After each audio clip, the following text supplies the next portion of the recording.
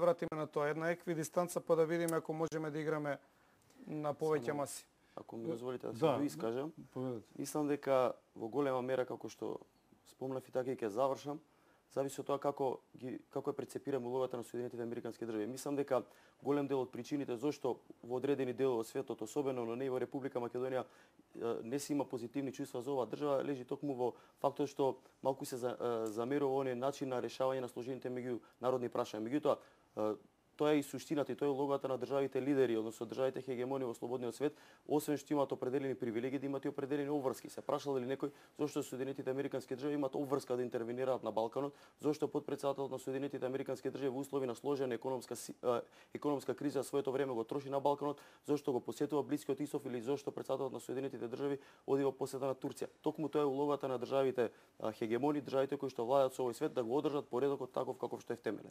И господин Џафери, да завршиме со вас. Предпоставувам дека имате реплика на ова. Само ќе го дополнам прашањето на ова што Петровски, како да ми ги прочита мислите, бидејќи Спасеновски говореше за мали држави и како се креираат малите држави, како креираат големи или мали политики. Значи, дали една доза на страв на кај малите земји како што е Македонија, дека ќе мора да ни намигне и на Русија малку, не треба да покаже многу дека сака Америка затоа што пак одиме во Европа. Дали тоа е многу една и троштина или страв за креирање на политики и пред својот етикум да создаде експлицитен однос на градење на доверба и почитување кон стратешкиот партнер на Македонија? Добро, определбите стратешки се сите дека Република Македонија е определена да биде членка на НАТО и на Европската унија. Декларативно напишано. Декларативно. Сите документи, сите действија напишани и се прават. Во смисла.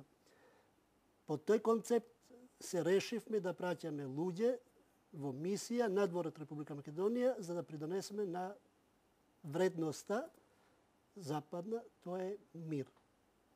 Сега, дали е тоа хегемонија, дали е тоа можност или потреба, прво треба да се гледат во Соединетите Американски држави Филип бил тамо и ако ги наброиме таксативно кои се оние вредности над кои тие не отстапуваат, слободата, човекот, американецот, капиталот и така поред. И во ситуација кога колективната сигурност на луѓе било каде во светот доаѓа во прашање и од друга сила непримерено да се уништува под покровителство на Обединетите нации, односно на Совет за безбедност, превзема определени акции. Ниедната акција на Балканот, односно во регионот, на Соединетите Американски држави, па и другите интервенции, не се без амин на Совет на безбедност на Обединетите нации. Тоа може да го спориме. Може да го спориме. Во било која форма, меѓутоа има амин. И 99-та и 2008-та Косово е надвор од системот на во Советот на Обединетите нации е прогласено хуманитарна криза, значи потреба за хуманитарно интервенирање и под тој војната интервенција не е поддржана од Совет за безбедност со резолуција. Меѓутоа хуманитарно ќе се интервенира за да се спасат животите на луѓето. Добро. Ето, тоа е. Друго. Големи држави, мали држави. Има големи проблеми и мали проблеми. Релативно е што е мала држава и релативно што е голема држава. Ако земате просторно, ќе кажете голема е, меѓутоа ресурси ако нема, просторно ќе видите која сакате да земем пример.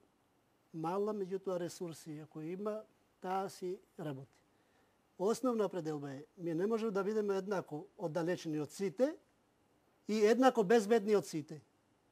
Ние еднаш за секогаш, а Република Македонија посебно. Треба да си реши. Еден ден ќе оди на запад или не. Еден ден ќе биде во исти односи со Белград како што е со Тирана, со не знам кој, односно со Тирана како што е со Белград, или со Софија како што е со Белград и со другите.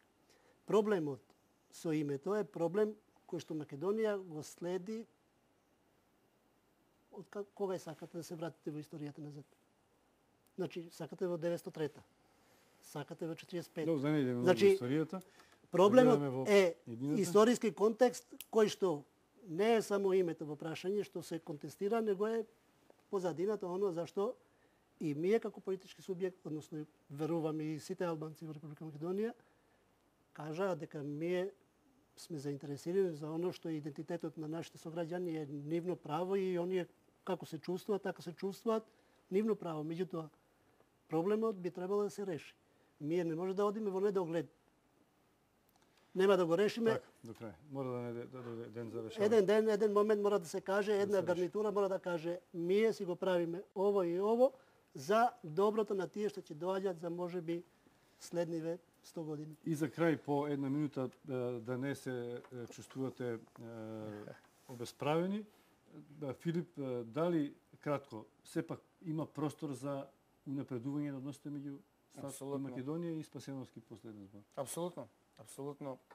Треба да се гради и да се напише и објави национална стратегија. Доста е од волунтаристички и спорадични изјаснувања. Треба да се направи сеопфатна стратегија. Треба да се дебатира во многу поширок состав од овој на кој што ќе ги опфати сите структури во државата и ќе ги обедини нивните мислења. Постои технологија како тоа да се изведе во САД. Ние слушнавме пред 2 години дека сме унајмиле, дека сме платиле на некоја лобистичка агенција, меѓутоа потоа не слушнавме ништо. Немаме повратен сигнал што се прави на тоа поле. Ние, знаете, некои од нашите првенци ќе излезат ќе кажат ќе правиме ова и ова. Меѓутоа follow-up, втора информација, дебата, продлабочување на дискусијата нема и мислам дека тој простор треба да се освојува, а американците не чекаат. Може да се подигнат на многу повисоко ниво односите. Спасеновски да завршиме со надворешно политичките приоритети на Соединетите американски држави, но се разбира на Република Македонија, мислам дека има долгорочен карактер.